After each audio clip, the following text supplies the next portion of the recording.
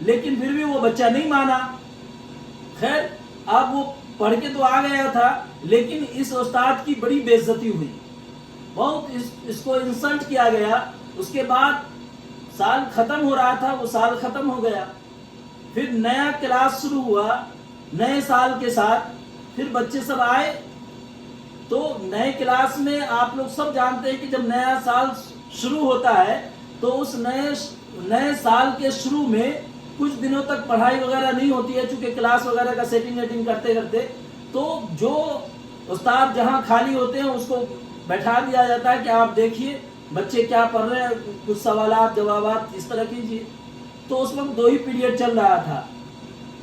تو بچے کو سب کو ایک جگہ بیٹھا کر کے وہی استاد جو اس دنیات کے بچے کو اس نظم کے لیے نگرانی پہ رکھا گیا تھا, وہی استاد آتے ہیں اور سب بچے سے کچھ نہ کچھ سوالات کرتے ہیں کہ بیٹا تم یہ بتاؤ کیا ہے, یہ بتاؤ یہ کیا ہے. پھر اسی بچے کو اس استاد نے کھڑا کیا کہ بیٹا تم بتاؤ کہ نبی صلی اللہ علیہ وسلم کا نام کیا ہے. اب وہ بچہ خاموش کھڑا تو ہو گیا لیکن جب اس سے پوچھا جا رہا ہے کہ بیٹا تم بتاؤ کہ ہمارے نبی صلی اللہ علیہ وسلم کا نام کیا ہے, اب بچہ خاموش ہے, جواب ہی نہیں دے رہا. استاد کو اور غصہ آ رہا, چونکہ پہلے سے غصہ تھا, اس نے نظم غلط پڑھی تھی شاعر کے مطابق. اب استاد اور غصے میں زیادہ غصہ آ رہا ہے اس کو کہ یہ تو پہلے بدماشی کیا جبکہ میں نے بتایا تھا, اور یہاں ایک بدماشی کر رہا کہ بتا نہیں رہا, کچھ بول ہی نہیں رہا. پھر جب دوبارہ استاد نے کہا کہ کیا تم کو معلوم نہیں ہے, تو کہتا معلوم ہے, سر ڈلا کر کے کہتا معلوم ہے. پھر استاد کو اور غصہ آ جاتا ہے کہ یہ بدتمیزی کر رہا ہے, معلوم ہونے کے بعد بھی نہیں بتا رہا. تو پھر استاد اس کو بلا کر کے قریب میں اس کی پٹائی کرتے ہیں, اور پٹائی کرتے کرتے پھر وہ جو ہے دوسرے پیریڈ کا گھنٹی لگ جاتا ہے, جو چھٹی 2 پیریڈ کے درمیان کچھ وقت کا یہ تھا, چھٹی تھا, کچھ وقت کے لیے بچہ اس میں ریسٹ کر لے. جیسے گھنٹی لگتا ہے اس کے بعد استاد یہ بات کہہ کر جاتے ہیں کہ میں واپس آ رہا ہوں, اگر نہیں بتائے تو اور ماروں گا. بچہ جب وہ ریسٹ کا گھنٹی لگتا ہے اس وقت میں وہ جاتا ہے باہر, جا کر کے پھر وہ فریش ہوتا ہے, فریش ہو کر کے پھر وہ کلاس میں آتا ہے. پھر وہ استاد جب کلاس کا وقت ہوتا ہے تو پھر وہ آتے ہیں تو پھر اسی بچے کو کھڑا کیا جاتا ہے اور پوچھا جاتا ہے بتاؤ. اب یہ بچہ بتا دیتا ہے کہ ہمارے نبی کا نام حضرت محمد صلی اللہ علیہ وسلم ہے. استاد پریشان ہو جاتے ہیں کہ ابھی سے کچھ دیر پہلے تو وہ بتا نہیں رہا تھا, ابھی بالکل کیسے بتا دیا, ایک مرتبہ میں ہی بتا دیا. پھر وہ استاد پوچھتے ہیں کہ تم نے کسی سے پوچھا ہے؟ وہ بچہ کہتا ہے نہیں میں نے کسی سے نہیں پوچھا. پھر استاد کو دل میں تھوڑی سی اس کے لیے نرمی آتی ہے اور وہ اپنے اندر سوچنے لگتا ہے کہ میں کیوں نہ اس سے ایک دم بالکل آرام سے پیار سے پوچھوں. ہو سکتا ہے ڈر کی وجہ سے یہ نہیں بتا رہا تھا, میں زیادہ سختی کر رہا تھا اس لیے نہیں بتا رہا تھا, یا کوئی اور بات ہوگی. چونکہ پیار سے تو بہت ساری چیزیں منوا لی جاتی ہے, بہت ساری باتیں منوا لی جاتی ہے. چونکہ اس استاد کو وہ بات بھی یاد آ گئی کہ وہاں بھی وہ بچہ والا کی جگہ والے پڑھ رہا تھا, کوئی تو بات ہے. پھر بہت پیار سے اس بچے کو بلاتے ہیں استاد اور بہت پیار سے پوچھتے ہیں کہ کیا بات ہے, آپ کیوں اس وقت نہیں بتا رہے تھے اور ابھی بتا دیے, کیا معاذرہ ہے, بتائیے تو صحیح.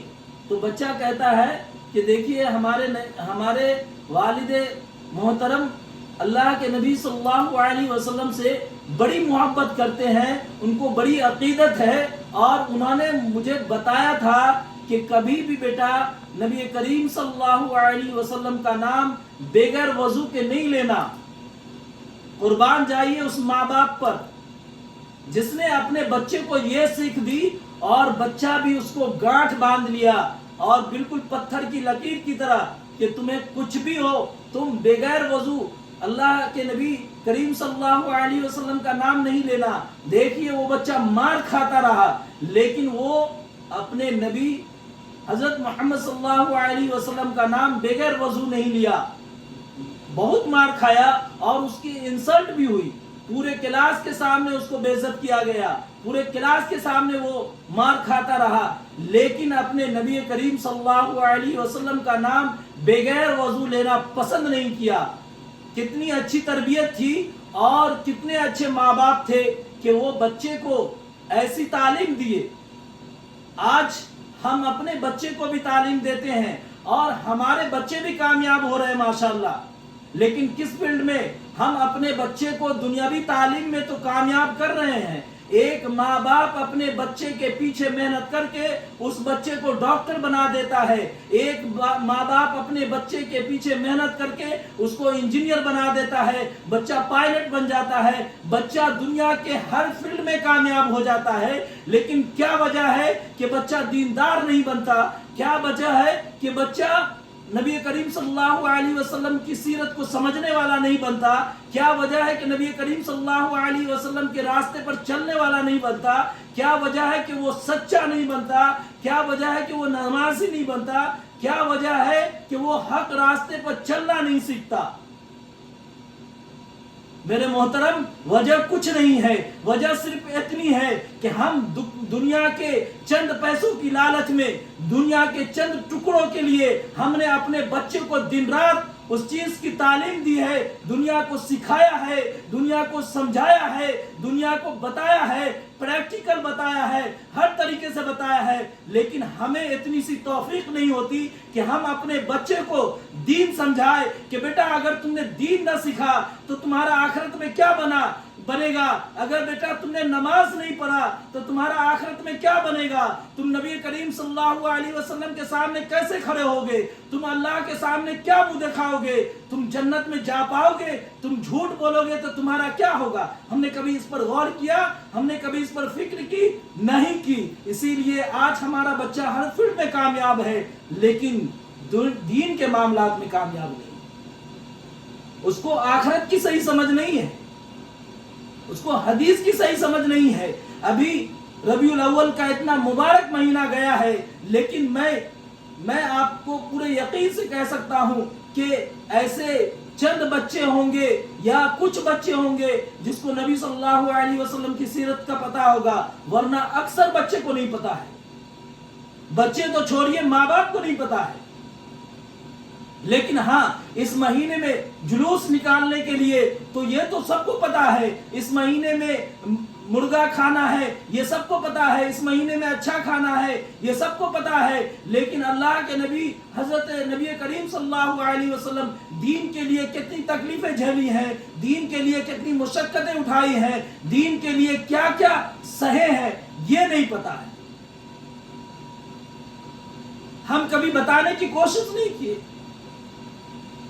آخر وہ بھی تو بچہ تھا اور اس کے بھی تو ماں باپ تھے جنہوں نے یہ تعلیم دی کہ بغیر وضو کے نام نہیں لینا۔ قربان جائیے، آج ہمارے بچے قسم کھاتے ڈر نہیں لگتا، دن بھر میں قسمیں کھاتے رہتے ہیں اور جھوٹی قسمیں کھاتے ہیں، صرف زبانی خرچ کرتے ہیں نبی کریم صلی اللہ علیہ وسلم سے محبت کرنے کا، عمل بالکل خالی ہے۔ اللہ تعالی ہم سب کو اور پوری امت مسلمہ کو صحیح سمجھ عطا فرمائے اور اپنے نبی کریم صلی اللہ علیہ وسلم سے سچی اور پکی محبت کرنے کی توفیق عطا فرمائے۔ وآخر الدعوانا الحمدللہ رب العالمین۔ السلام علیکم ورحمۃ اللہ۔